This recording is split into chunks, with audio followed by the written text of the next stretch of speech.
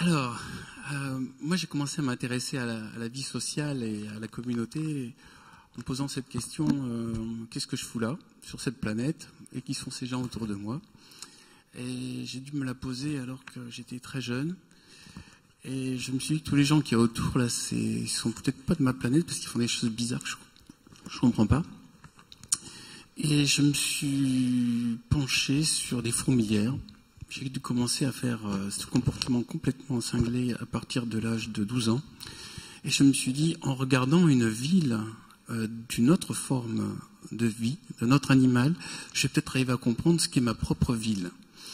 Et j'ai commencé à les mettre dans des pots pour les observer. Mais ce que je voulais, c'était observer. J'aurais rêvé d'observer des humains dans un pot et puis de regarder ce qu'ils font, mais de haut. Et ça ne marchait pas du tout, pour une raison simple, c'est que j'avais pas pigé qu'il fallait choper la reine. Et si on n'a pas la reine, les fourmis, la clé du système, c'est la reine. Et si on l'a pas, elles, au bout d'un moment, elles font plus rien. Et puis elles vous font comprendre qu'elles vont crever rien que pour vous agacer. Donc je retiens, c'est choper la reine, le truc. Choper la reine est la clé de la solution du social. D'accord, ça marche. Et à force de les observer, j'ai voulu les comprendre. Alors j'ai lu quelques bouquins, puis j'ai commencé à discuter avec des scientifiques. Et je me suis dit, il y a quand même une chose, c'est que ces bestioles étaient là il y a 120 millions d'années, et nous sommes là que depuis 7 millions d'années. Ça veut dire que pendant 120 millions d'années, elles ont testé tout ce que nous sommes en train de tester maintenant. C'est comme si c'était une espèce aînée, et nous sommes une espèce toute jeune. Et de tout ce qu'ils ont testé, ils sont aperçus que la meilleure manière de vivre ensemble, c'est de créer des villes, c'est de créer une agriculture, parce qu'elles ont une agriculture, c'est de créer un élevage, parce qu'elles élèvent des animaux, d'autres animaux, c'est de créer un système avec une reine pondeuse et des castes, et un système, on a longtemps cru que la fourmi travaillait.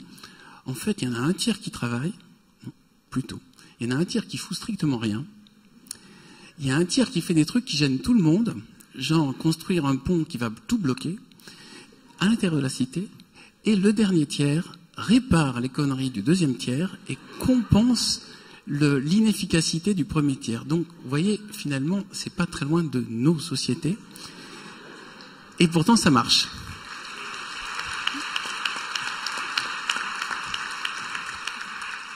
Moralité, si vous foutez rien, normalement, la société ne devrait pas s'effondrer non plus, ce qui nous enlève un peu de responsabilité. Alors, 120 millions d'années à découvrir la culture, à découvrir l'élevage, à découvrir la guerre, à découvrir la création de la ville idéale, qui est de forme pyramidale, avec des solariums, parce que le système, en fait, de la fourmilière est un système qui marche parfaitement, qui est très bien aéré, dans lequel il y a même des espèces étrangères qui viennent et qui servent, parce que, par exemple, elles servent à faire des champignonnières à l'intérieur, et ils ont une maîtrise de la chimie, ils fabriquent des antibiotiques, ils fabriquent des acides pour faire la guerre, ils fabriquent des pistes et ils font des fédérations. En fait, ce que nous sommes en train de vivre a été fait sur Terre depuis très longtemps par cette autre espèce auxquelles nous n'accordons pas d'importance parce qu'ils sont tout petits et qu'on peut avec le pouce les écraser. Et pour nous, si on peut tuer un animal, c'est qu'il n'est pas intéressant. Mais c'est pas vrai. Les fourmis ont mieux réussi que nous, parce que non seulement elles étaient là avant, mais en plus, elles occupent plus de territoire que nous. Par exemple, on s'est aperçu, et ça, c'est des études très récentes, qu'il y a une espèce de fourmi qui vit dans le Sahara, dans un univers, je crois qu'il est d'ordre de 90 degrés, c'est-à-dire que le Sahara, quand il chauffe, il est tellement chaud que ça correspond à une poêle. Et une espèce, la seule espèce vivante qui est adaptée à ça, ce sont des fourmis, mais elles courent très très vite. Quand je dis qu'elles courent très très vite, elles courent genre 100 fois plus vite qu'un guépard par rapport à leur taille, pour ne pas se brûler les pattes. Et elles ont trouvé un système qui est basé sur le rapport social, à savoir si... Alors, je vous ai expliqué le truc, parce que c'est un peu technique, approchez-vous. En fait, elles se nourrissent que d'animaux cuits par le Sahara, c'est-à-dire elles se nourrissent que d'animaux qui ont été tués par le soleil. C'est les petites bêtes qui sont sorties, qui n'ont pas pu rentrer parce qu'il faisait trop chaud. Donc, ils sont tués par le soleil, mais elles doivent les attraper. Or, c'est tellement chaud, c'est comme si elles couraient sur une poêle, c'est comme si elles risquent de se brûler les pattes. Alors, ce qui se passe, c'est qu'il y en a une première qui va repérer de loin, par exemple, la proie. Elle va revenir, elle va dire aux autres de faire le relais. Alors, elle va aller jusqu'au bout, et elle va ramener un peu, et là, elle va mourir. L'autre va aller chercher la proie, et elle va la rapprocher un peu, et elle va mourir aussi, et la dernière va ramener la proie au nid. Ça veut dire que sans le rapport social, elles ne peuvent pas se nourrir, mais elles ont accepté dès le départ qu'elles devaient se sacrifier pour arriver à chasser dans cet univers qui est l'univers le plus hostile qui soit dans la nature. Cette espèce a d'ailleurs développé toute une stratégie adaptée à la superchaleur. Par exemple, elles en ont le sang, un produit qui empêche leur sang de bouillir. Bon, ça c'est des petits détails. Tout ça pour vous dire qu'au final, ça ne peut pas marcher, même si l'animal est technologiquement très bien adapté à un milieu difficile, ça ne peut pas marcher s'il n'a pas des potes et s'il ne travaille pas en groupe. Voilà. Et ça me donne envie, je fais une petite parenthèse, après je reviendrai là-dessus. Quand j'étais journaliste scientifique, parce que par la suite je suis devenu journaliste scientifique, j'ai découvert une étude extraordinaire qui explique la sociabilité du présent et du futur. Et cette étude a été appelée coopération, réciprocité, pardon. C'est un monsieur qui s'appelle Axel Rod, qui en 1974 a proposé à tous les informaticiens, vous allez voir, je fais le lien après avec la communauté Les Fourmis, a proposé à tous les informaticiens de fabriquer un petit être virtuel qui a un comportement avec les autres qui est programmé, mais on ne sait pas quel va être ce comportement. C'est comme des petits animaux qui ont des points de vie, et quand ils rencontrent d'autres animaux, ils peuvent interagir comme nous agirions avec d'autres êtres. Et quand on a mis tous ces petits animaux virtuels ensemble dans cet univers où ils ont chacun leur chance, les premiers qui ont gagné sont ceux qui avaient le comportement « je regarde si l'autre est plus fort, s'il est plus faible, je le tue et je le mange ». On va dire, c'est la base du capitalisme et des rapports de force. Mais au bout d'un moment, si on laisse tous ces petits bestiaux programmés ensemble, il y a une autre espèce qui prend le dessus, et cette espèce a une programmation qui est la suivante, qui est coopération, réciprocité, pardon, à savoir, quand elle voit un autre animal informatique, elle lui propose de s'allier pour résister aux méchants qui veulent les bouffer et pour trouver des sources de nourriture afin de pouvoir grandir. Et une fois que la coopération a eu lieu et a été efficace, les deux restent ensemble, mais il se peut qu'il y en ait un qui trahisse l'autre en se disant « bon, maintenant on s'est bien enrichi mutuellement, je vais lui piquer tout ce qu'il a ». À ce moment-là, il faut se défendre, réciprocité. Si l'autre te donne un coup, tu lui rends le coup exactement de la même intensité, de la même valeur. Et une fois que tu as fait comprendre que s'il veut te piquer tes points, bah toi tu lui piques les siens et tu ne le laisseras pas faire, à ce moment-là, pardon. Pourquoi pardon ? Parce que sinon, on ne peut plus avoir de rapport de coopération, réciprocité avec les autres. On se dit, ah bon, il y en a un qui m'a trahi, les autres vont me trahir, donc je ne proposerai plus la coopération. Et moi, ça m'a semblé, et le message christique et le message du communisme, c'est, ensemble on est plus fort, maintenant il faut que personne ne triche, mais s'il y en a qui trichent malgré tout, il faut trouver un système qui fasse qu'on les démotive de tricher, parce qu'après, de toute manière, on va tous réussir ensemble. Et ça, moi, ça m'a semblé aussi sur le message utopique de base, c'est que là, pour l'instant, on est dans un système égoïste. On nous dit, attendez, débrouillez-vous pour avoir beaucoup, parce que si c'est pas vous qui l'avez, ça va être le voisin qui va vous le prendre. Mais ce système est limité parce qu'au bout d'un moment, on se retrouve seul, on se retrouve malheureux, et puis on finit par tomber sur des gens plus forts que nous qui nous empêchent d'avancer. Donc la solution est la solution des fourmis, qui est créons des communautés dans lesquelles tout le monde se sente bien.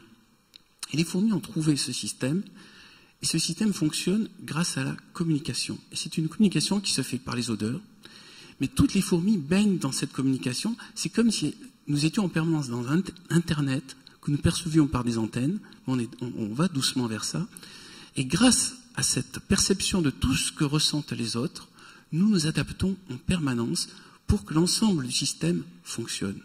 Ça m'a l'air, en tant qu'auteur de science-fiction, une sorte de futur qui pourrait être sympathique, c'est-à-dire qu'on n'a plus envie de piquer des choses aux autres, on n'a pas envie non plus de se faire piquer des choses, mais on a envie de fonctionner avec les autres pour réussir ensemble.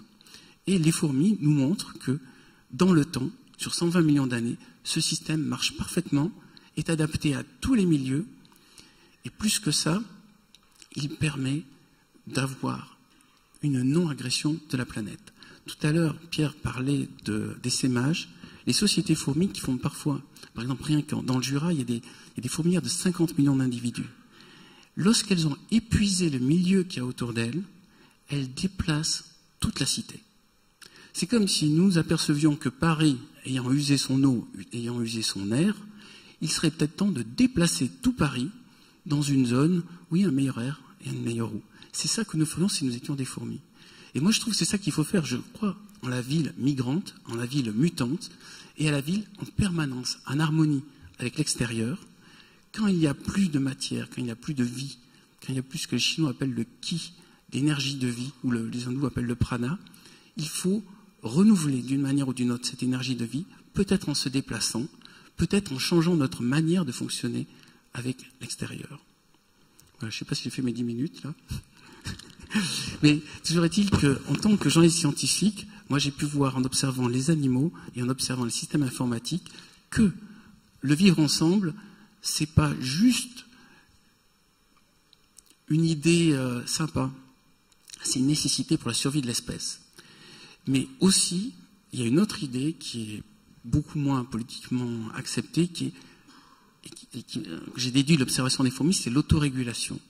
Il ne sert à rien de grandir pour grandir. Le système de toujours plus de consommation, toujours plus de biens, toujours plus de confort, toujours plus de matières premières prises à la planète est limité.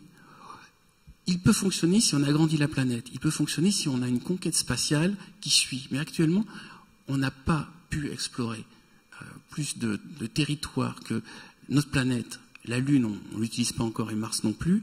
Donc on est limité par ce système qui est la planète. Et maintenant, il faudrait trouver non plus un système de croissance, mais un système d'harmonie.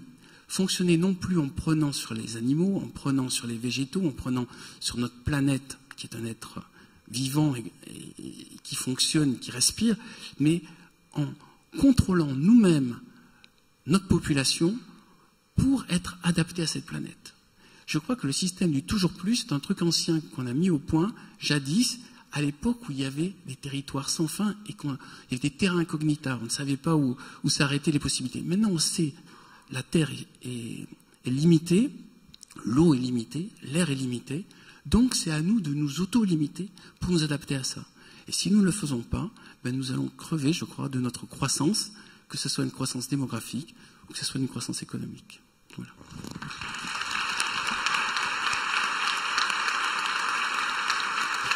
Bien. Merci Bernard. Ouais. Bon, on va arriver à des espaces de solutions de toute façon, mais c'est vrai que là tu parlais je trouve aussi de la capacité d'adaptation, quoi. C'est aussi se faire confiance dans notre capacité à évoluer dans un milieu, ouais. Ben, l'homme est un animal génial puisqu'il est encore vivant après toutes les épreuves. Vous savez, il y a eu 5 grandes extinctions d'espèces. Et quel que soit le système, nous avons survécu. C'est-à-dire nos ancêtres les plus anciens ont trouvé la solution. Et la solution, bon, j'ai développé dans mes livres, c'est 3 voies. C'est plus petit, en réduisant de taille, plus féminin et plus solidaire. Et toutes les espèces qui ont fait ces 3 choix, à commencer par les fourmis, ont toujours survécu. Et toutes celles qui veulent être plus gros, plus masculins et plus égoïstes, à la longue, ils crèvent. Même si au début, ils ont un petit avantage, ça ne tient pas sur le long terme. Merci.